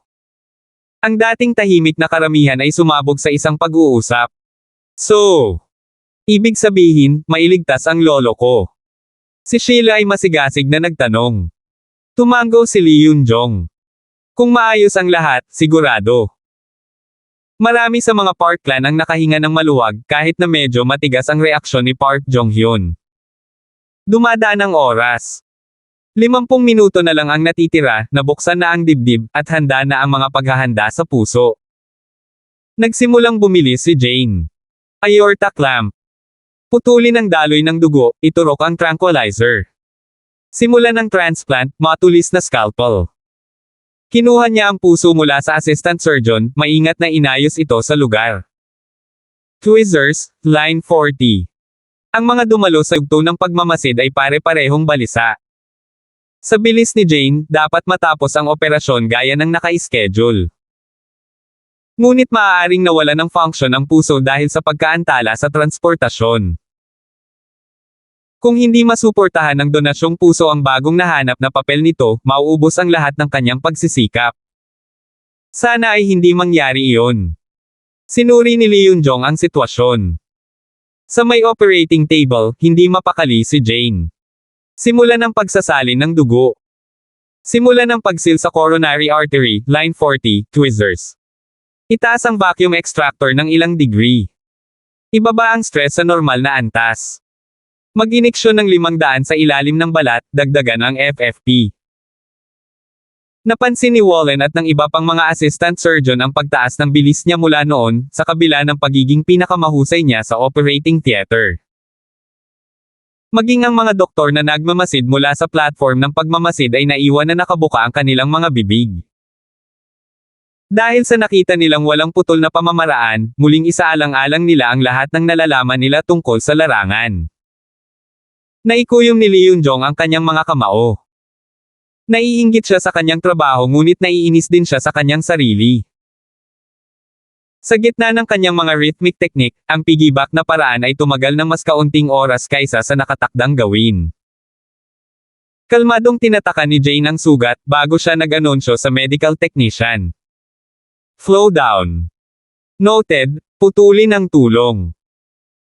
Sa sandaling nabitawan ang mga salita, ang tingin ng lahat ay nakatuon sa puso, sa buong pag-asa sa tugon nito. Tila huminto ang oras, habang lahat ng tao sa buong paligid ay naghahabol ng hininga. Lumipas ang mga segundo, at nang ang ilan ay nagsimulang hindi mapakali, ang puso ay nagsimulang tumibok. Badam! Badam! Ang tunog ng mga tibok ng puso ay unilateral na umalangaw-ngaw sa isipan ng lahat. Ginawa ba nila? Ginawa nila. Bulalas ng isang mula sa likuran. Nang magsimulang bumantong hininga ang lahat sa observation platform, isang nakakabinging beep ang nagsimulang umalangaw-ngaw. Sa cardiogram, ang ectopic heartbeats ay nagsimula ng mabilis na tumaas. Sigaw ni Wallen. VT. Overload ang mga paggalaw ng silid. Ito. Anong nangyayari? Hindi ba naging matagumpay ang operasyon? Si Sheila, nasa wakas ay nakabasag ng mahabang ngiti, ilang sandali ang nakalipas ay agad na naramdaman ang kanyang kagalakan na inalis sa kanya. Ungol ni Lee Yun-jong. Mas malala ang VT kaysa sa inaasahan dahil sa pinalawig na tagal ng pagkawala ng dugo. Mukhang natupad na ang pinakamalaking takot natin. Paano ito mangyayari? May iligtas pa ba si Lolo? Tila nabuhayan muli si Park Jong-hyun sa pag-update ng kondisyon, ngunit taos puso pa ring nagtanong. Umiling si Lee Yun-jong. Nawalan na ng functionality ang puso. Ano pa ba ang dapat iligtas?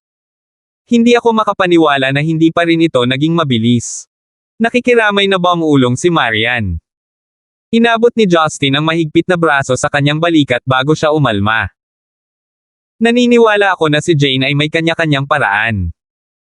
Tiningnan siya ni Marian sa mata at napansin ang kumpiyansa sa kanyang mga tingin, ang kanyang puso ay bahagyang sumalungat bilang resulta. Sa may operating table, ibinalik ng lahat ang atensyon kay Jane. Ang operasyon ay isang kabiguan sa lahat maliban sa pangalan sa kanilang mga mata. Napapikit ng mariin si Jane, nag-isip saglit bago ito biglang pinilit na idilat. Agad niyang hiniling. Maghanda ng lidocaine ng 50 mg, kailangan ko ng 20 joules sa defibrillator. Kahit na tila walang saysay ang lahat sa sandaling iyon, ang medical technician at ang assistant ay tumakbo sa paligid ng operating theater upang kunin ang mga kinakailangang kagamitan. Handa na ang boltahe. Kinuha ni Jane ang defibrillator, inilagay ito sa lugar sa puso bago siya nagpahayag. Linisin ang espasyo. Kapangyarihan. Matapos ang pag-jolt, ang mabilis na dalas ay nabanggit pa rin sa cardiogram, na natili ang VT. Doktor, sa tingin ko ay hindi ito gumagana. Ang mga nurse ay nasa bingit ng luha. Gayunpaman, pinanatili ni Jane ang kanyang karaniwang kalmado habang siya ay tumawag. I-activate muli ang CPB. Yes ma'am. Habang ina-activate muli ang cardiopulmonary bypass, ang mga espiritu ng koponan ay nasa lahat ng oras na mababa. Doktor, iset up natin ang VOD. Si Vincent na ngayon ay nasa platform ng pagmamasid ay galit na minungkahi sa pamamagitan ng linya ng komunikasyon. Ventricular Assist Device. Oo, bilang paghahanda para sa pinakamasamang sitwasyon, sabi ni Vincent.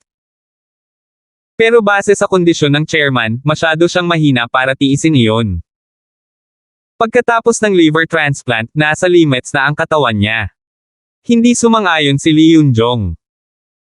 Bumalik sa operating theater, ang puso para sa transplant ay tumitibok pa rin, ang daloy ng dugo ay patuloy pa rin.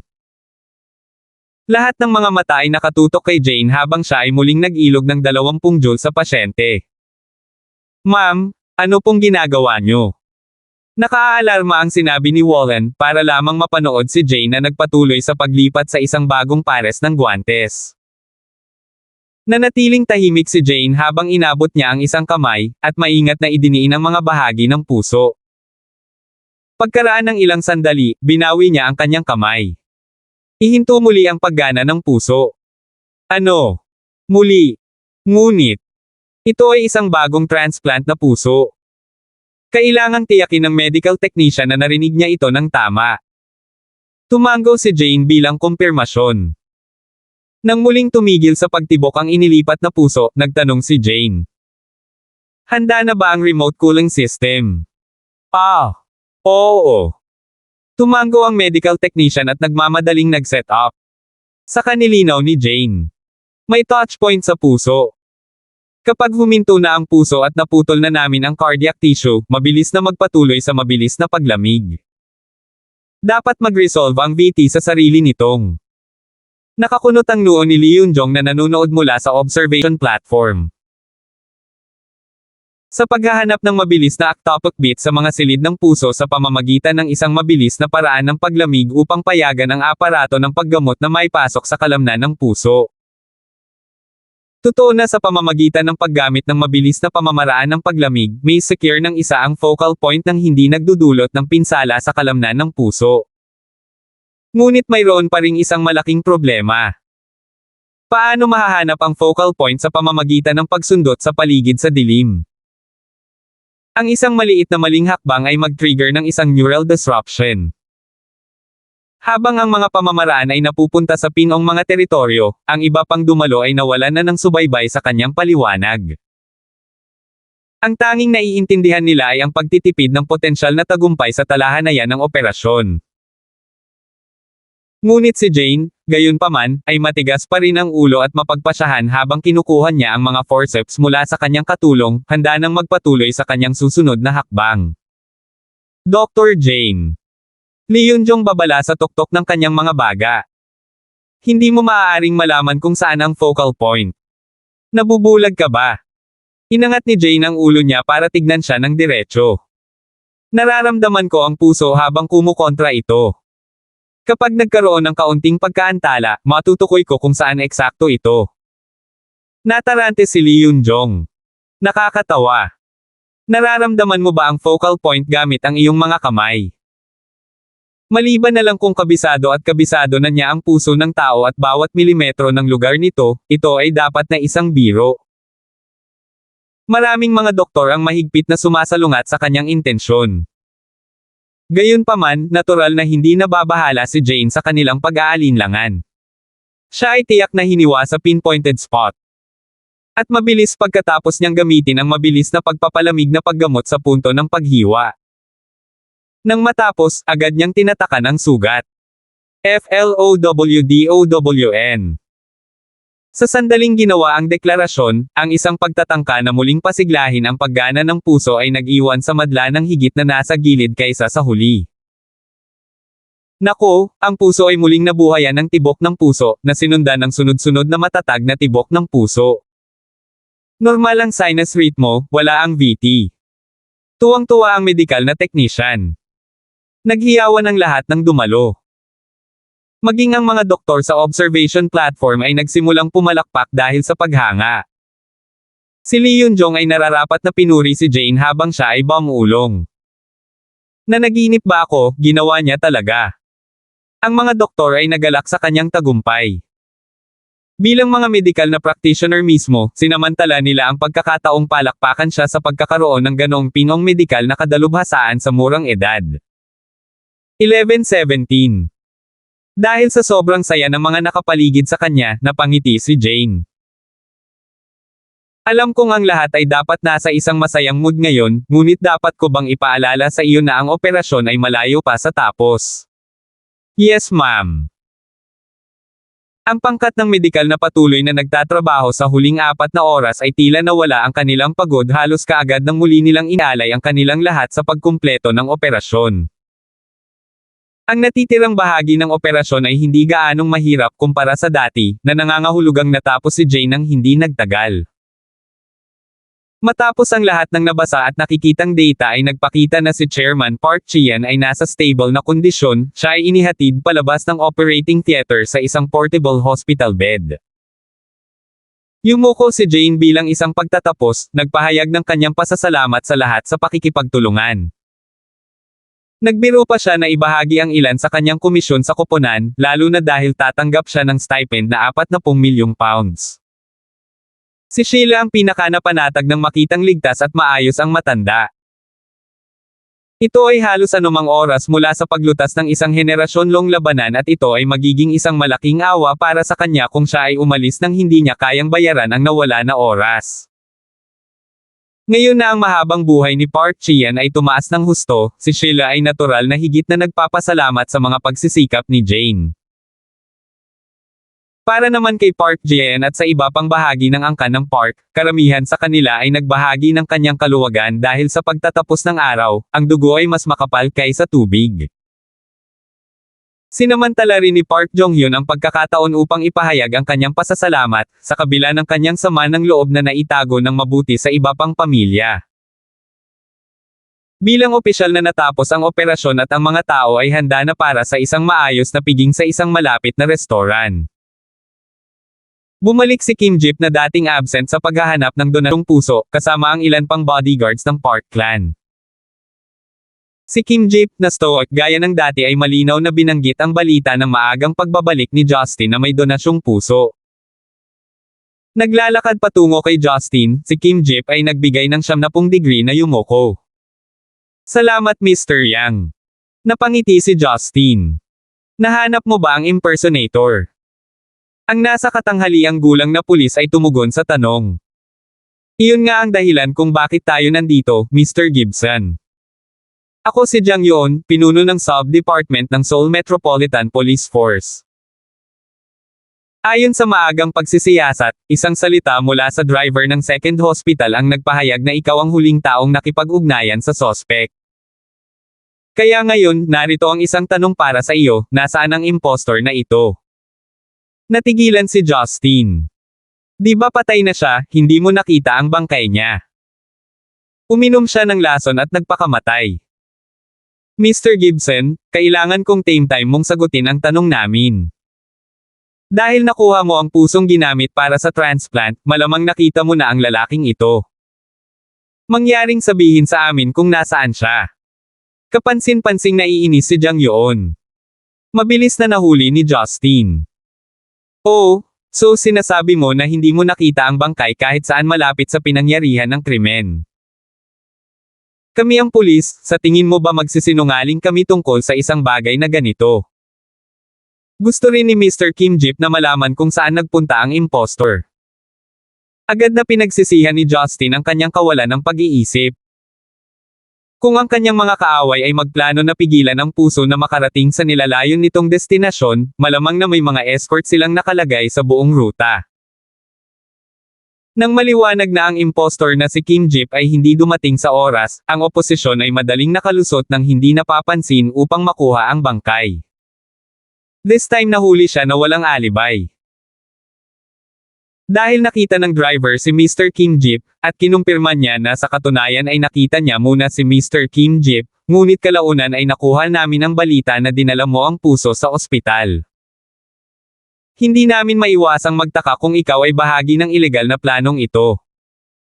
Si Jang Yoon ay may kaina-hinalang tumingin kay Justin. Dahil hindi ka makapagbigay sa amin ng matibay na alibay, Mr. Justin, hihilingin ko ngayon na sumama ka sa amin sa istasyon ng pulisya para sa isang opisyal na pahayag.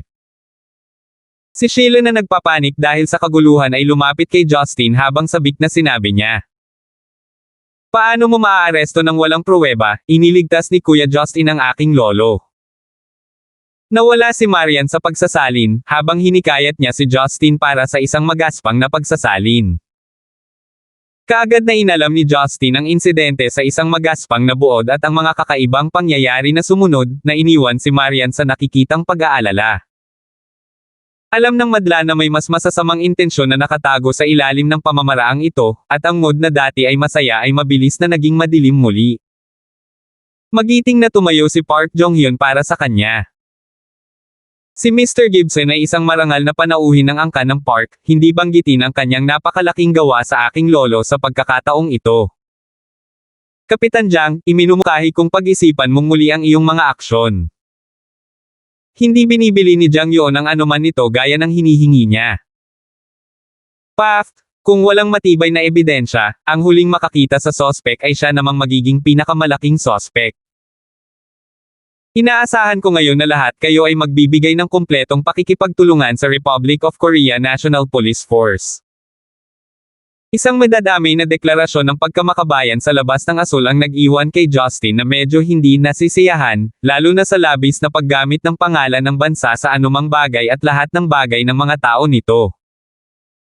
Okay sige, gusto mo ng testimonya, bibigyan kita ng testimonya. No big deal. Gusto ko ring malaman kung saan napunta ang bangkay. Mabilis na nag-isip si Justin. He then announced with a grin. Okay lang guys, rest assured. Ituloy mo na ang dinner, gabi na. Sa ilalim ng nakaaaliw na talumpati ni Justin, sumang-ayon ang mga tao na hindi ito dapat maging labis na pagsisikap dahil sumang-ayon sila na huwag nang ipagpatuloy ang kanyang pag-aayos. Alam na alam ni Marian na hindi si Justin ang nasa maikling dulo anuman ang mga pangyayari, ngunit nag-aatubili pa rin na ihatid ang kanyang asawa sa istasyon ng pulisya. Si Kim Jeep bilang tapat na lingkod ay naiwan siya ng walang pagkaantala patungo sa ward ni Park Chian, na walang balak na maghapunan kasama ang iba. Pagkatapos niyang magpaalam sa kanila, sumakay si Justin sa isang puting van, na halatang nasa ilalim ng police escort habang palabas sila ng ospital. Ang sasakyan ay umikot patungo sa highway para sa isang maikling paglalakbay, bago ito agad na lumabas ng mabilis na paglabas patungo sa isang industrial na lugar sa timog ng Seoul. Opisyal Jang, bakit ngayon ang istasyon ng pulis ay nasa isang industrial na pabrika? Si Justin, na masunaring nakaupo sa likuran ay nanatiling tahimik sa buong oras, sa wakas ay nagtanong sa sitwasyon. Hindi pinansin ni Jang Yoon at ng tatlo pang pulis sa harapan ang tanong niya. Napangiti si Justin sa kanilang tugon ngunit piniling hindi sundan ang kanyang pagtatanong. Habang ang sasakyan ay patungo sa isang bakanteng pang-industriya na plot, si Jang Yoon at ang iba pang mga opisyal ng pulisya ay bumukas ang mga pinto, sa pag-alit na paraan, nagpahiwatig na si Justin ay lumabas ng sasakyan. Bumaba ka na, nandito na tayo. Tahimik na bumaba si Justin sa sasakyan, mabilis na tiningnan ang kanyang paligid, bago siya idinagdag. Hindi ba tayo pupunta sa police station? Isang nakakatakot na ngiti ang pinakawalan ni Jang Yoon. Ang istasyon. Kami, sa wakas, ngunit hindi kasama mo. Bakit? Dahil dito ka mamamatay. Sumimangot si Jang Yoon. Ilipat mo. Tatlong matataas na opisyal ang pumunta kay Justin ng sabay-sabay. Ang mga pulis na naruroon ay malamang na mga master ng taekwondo, na may sopistikadong posture at karahasan sa kanilang mga pag-atake. Ngunit natural na nandito lang si Justin para sumakay at halos hindi naabala sa kanilang lakas o posture. Sinalon niya ang bawat suntok nila na parang mga bulak na lumulutang sa hangin. Ang mataas na sipa ng isa sa mga pulis ay nasalon ni Justin sa kalagitnaan, na pagkatapos ay itinaas niya at pinaikot-ikot bago siya inihagis patungo sa dalawa pang pulis habang sila ay natitisod na parang bowling pin. Hindi lamang ang kanilang mga pag-atake ay natipon sa wala, sa halos anumang pagsisikap ay ganap silang nawasak ng ganting atake ni Justin. Si Jang Yoon ay kitang-kitang nanginginig sa takot nang abutin niya ang pistol na nakahawak sa kanyang baywang, handang bumaril. Ngunit bago pa siya makahawak ng mabuti, isang nakakahilo na bolt ang bumungad sa kanya at sa sumunod na sandali, naramdaman niya ang nguso ng kanyang pistol na itinulak patungo sa kanyang lalamunan. Perg! Si Jang Yoon ay nakatitig sa takot sa kanyang mga mata na may dugo, inihanda ang kanyang mga kamay upang magmakaawa at makiusap para sa kanyang kaligtasan. Nanunuya si Justin habang inihagis niya ang kalunos-lunos na lalaki sa lupa, na nadapa at gumulong ng maraming beses bago niya mabawi ang kanyang balanse. Casual na ibinabato ang baril sa gilid, mabilis na tiningnan ni Justin ang apat. Dapat nasa ilalim kayo ng parehong pamamahala ng patay na impostor ngayon, hindi ba? Alam nilang apat na nasa dulo na sila ng kabuhayan ngayong gabi ngunit determinado pa rin silang manahimik hanggang sa kanilang huling hininga. Halatang inaasahan ito ni Justin, kaya inabot niya ang pinakamalapit na pulis na lumulubog sa lupa, at kinurot siya sa leeg. Sino ang nag-utos sa iyo? Ano ang gusto mong kamit? I'm giving you one chance. Talk or die. Namumutla ang kanyang mukha na parang kumot habang masiglang umiling bilang pagtanggi. Si Justin ay tila walang interes habang siya ay nakapout, casual na binuhat ang lalaki. Bahagya niyang inilapat ang kanyang lakas. Snap! Ang kanyang gulugod ay pumutok na parang durog na goma na hose. Dugo at laman ang umago sa mga daliri ni Justin habang ang lalaki ay nawala ng hininga sa isang iglap, ang kanyang mga mata ay tila malapit nang lumabas sa mga saksakan nito. Ang natitirang tatlo, kasama si Jang Yoon, ay natigilan at nadadapa. Itinabi ni Justin ang katawan sa isang tabi at naglakad patungo sa susunod niyang target, walang kahirap-hirap na binuhat siya mula sa lupa. Sa sobrang takot ng tatlong natitirang pulis ay hindi na sila nag-abalang tumakbo pa. Dahil hindi kayo nakakain ng lason. Ang hula ko ay walang sino man sa inyo ang assassins. Kaya, paano kung ipagpatuloy natin ang mga bagay-bagay? Hindi ako dapat umasa na ang iba pa sa inyo ay haharap sa kamatayan na mas malala kaysa sa unang lalaki. Ang ngiti ni Justin ay mainit at nakakaakit, tulad ng isang madamdaming guro sa kanyang klase ng mga bastos na estudyante. 11-18. Nakakuyom ang leeg laban sa kanyang kalooban, ang mga mata ng pulis ay napuno ng takot, ngunit umiling siya at nagsumamo para sa kanyang buhay. Please. Let me go. Please. I don't know. I really don't. Please, I don't wanna die. Napabuntong hininga si Justin. Sinabi ko na sa iyo. Gusto ko ng mga sagot. Sa kalagitnaan ng kanyang mga salita, hindi sinasadyang napos ni Justin ang kanyang buhay. Brutal na pinitik ang leeg ng pulis sa harap ng mga mata ng kanyang mga kasama, naglakad si Justin patungo sa ikatlo. Nasaksihan ang pagkamatay ng dalawa sa kanyang mga kasamahan sa harap ng kanyang mga mata, inipon ng ikatlong pulis ang lahat ng kanyang lakas at hinawakan ang isang kamao na puno ng dumi at itinapon ito diretso kay Justin. Iyon na ang huling pagtatangka niyang tumakas. Inalis ni Justin ang dumi sa kanyang mga mata, halatang hindi nasisiyahan. Bueno, tumakbo ka pa, bakit pa magtatapon ng alikabok na parang bata? Hindi mo ito pelikula at hindi ikaw ang bida, hindi nakakatulong ang paglayas. Habang nagsasalita, hinawakan ni Justin ang isang maliit na piraso ng bato mula sa lupa, at inihagis ito mismo sa tumakas na pulis. Isang maliit na bato na halos kasing laki ng hinlalaki, binaril patungo sa utak ng tumakas na pulis. Sa sandaling nabangga nito ang kanyang ulo, nabasag nito ang kanyang bungo. Tulad ng isang eroplanong nawawala ang sistema ng nabigasyon nito, ang lalaki ay agad na bumagsak sa lupa. Bilang nag-iisang nakaligtas sa kanyang koponan habang pinapanood si Justin na nag-iisang kinakatay sila isa-isa, ang kanyang puso ay napuno ng pangamba at gulat. Kailanman ay hindi niya akalain na ang isang tao ay ituturing ang pagpatay na parabang ito ay isang casual na libangan na parabang ang mga buhay sa kanyang mga kamay ay isang laruan lamang, na handang itapon.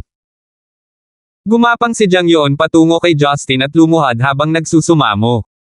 Magsasalita ako, iligtas mo ako. Napangiti si Justin. Napakahirap ba noon?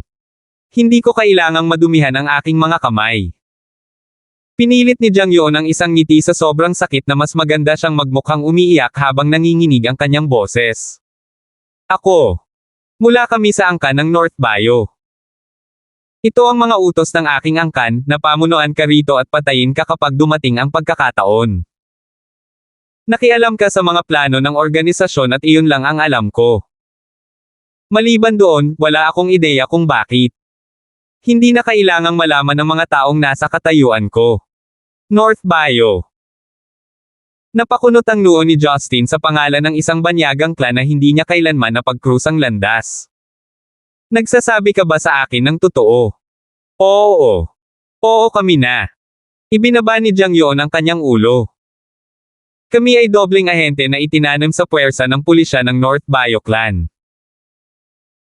Ang mga taong katulad mo, na itinanam sa lahat ng larangan ng pampublikong sektor ng Korea, ilan ang ilalagay mo sa mga numero? Dagdag ni Justin. Ito ay wala sa ibabang dulo. Sino pa ang nakakaalam tungkol sa iyong angkan? Hindi ko masasabing sigurado, ngunit ang aming punong inspector ay itinuturing na mid-tier sa angkan. Pinaikit ni Justin ang kanyang mga mata sa paghahayag. Mukhang hindi ordinaryong organisasyon ang North Bio Clan. Kung gang o mersenaryong tropa lang, madali lang silang panasan. Ngunit ang isang organisasyong malalim na nakaugat sa bawat sulok ng istrukturang pampulitika ng Korea ay isang sakit na bubunutin dahil sa katangiang pampulitika ng partisanship.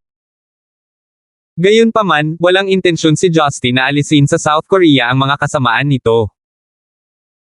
Ang kanyang pag-aalala ay isang potensyal na puot mula sa North Bio Clan sa Park Clan, lalo na si Sheila, at iyon ang nagpapanatili sa kanya sa malalim na pagmumuni-muni. Natapos si Jang Yeon, at may nakakalungkot na ngiti, nakiusap siya. So, Mr. Gibson, pwede na ba ako pumunta? Ibinalik ni Justin ang kanyang sarili sa kasalukuyan habang nakangiting tumango. Sure, ihahatid na kita. Kumaway si Jang Yeon habang nakipagkamay. Hindi, aalis ako mag-isa. Habang nagsasalita ay tumalikod siya na may balak na mabilis na lumabas. Ngunit hindi gaanong mapagpatawad si Justin nang walang pag-aalinlangan niyang hinampas ang bungo ni Jang Yeon. Ang kanyang ulo ay sumabog sa alikabok mula sa sobrang lakas, habang ang iba pang bahagi ng kanyang katawan ay bumagsak sa lupa. Sinabi ko sa iyo na ihahatid kita. Bakit ka tumatakbo? Hindi ko sinabi na hahayaan kitang mabuhay. Nagalit si Justin habang dinadaluyan niya ang Heaven and Earth Restoration Energy, sa isang pag-iisip na ang laman at buto ng namatay ay nawala sa alabok. Ang natira na lang ay ang graba sa lupa na may bahid ng dugo. Bago siya umalis, mabilis niyang sinilip ang sasakyan ng pulis. Sa isang hininga, nagpatawag siya ng bola ng apoy at ipinutok iyon patungo sa sasakyan. Boom! Nagliyab ang sasakyan ng pulis. Ang pagsira sa katibayan ay karaniwang isang nahuling pag-iisip para kay Justin, ngunit ang pagkuha sa mga potensyal na problema na maaari niyang harapin sa hinaharap, makatwirang mag-ayos. Matapos harapin ang menor de edad na insidente, kinuha ni Justin ang kanyang telepono at i-dial ang numero ni Marian. Ang kanyang telepono ay bago, bilang resulta ng intervention ni Liu Yuyu na naging sanhi ng pagkababad ng hinalinhan nito sa tubig. Partikular niyang pinahanda ang si Eagles ng bagong high-functioning smartphone. Hoy, Wifey, tapos na ang trabaho, saan ka kakain? Si Marian sa kabilang dulo ng tawag sa telepono ay humanga sa kahusayan ng Korean police habang casual niyang in-update siya sa kanilang kasalukuyang venue.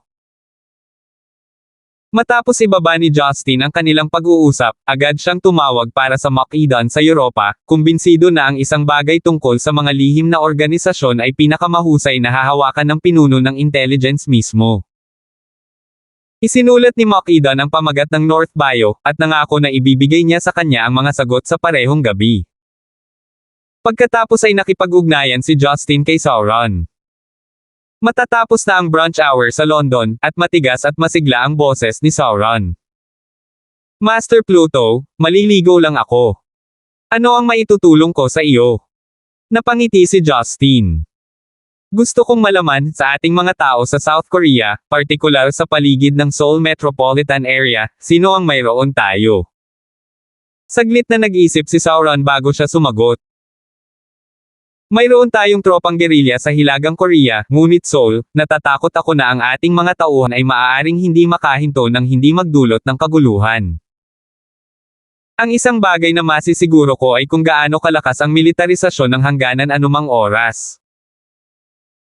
Saglit na nag-isip si Justin, nauunawaan na talagang napakalayo ng paglipat ng mga tropa mula sa Hilagang Korea, kaya naisip niya na mas mabuti kung haharapin niya ito ng mag-isa. Shit! Bakit hindi ka magayos ng ilang lalaking nakatalaga sa South Korea? Nakaramdam ng mali si Sauron habang ipinaliwanag niya. Master Pluto, sigurado akong alam mo ang hidwaan ng dalawang Korea. Kung ayusin natin ang ilang tropa na nakatalaga doon, at hindi sila lalaban, malugi tayo. Maliban sa pagbebenta ng mga armas sa North, hindi tayo namumuhunan sa rehiyong iyon. Dismayadong ibinaba ni Justin ang tawag at nawala sa gabi. Pagkaraan ng kaunti pa sa 1 minuto, lumabas si Justin mula sa isang liblib na eskinita patungo sa nakasisilaw na kalye. Ayon sa mapa na nakalarawan sa kanyang ulo, mabilis niyang nahanap ang high-end na tradisyonal na Korean restaurant kung saan kumakain ang mga angkan ng Park at Gang. Sa ilalim ng escort ng isang waiter, si Justin ay nagtungo sa isang marangyang VIP lounge. Nang mapansin ng mga tao ang tuloy-tuloy na pagbabalik ni Justin, masugid siyang inanyayahan ng lahat na maupo.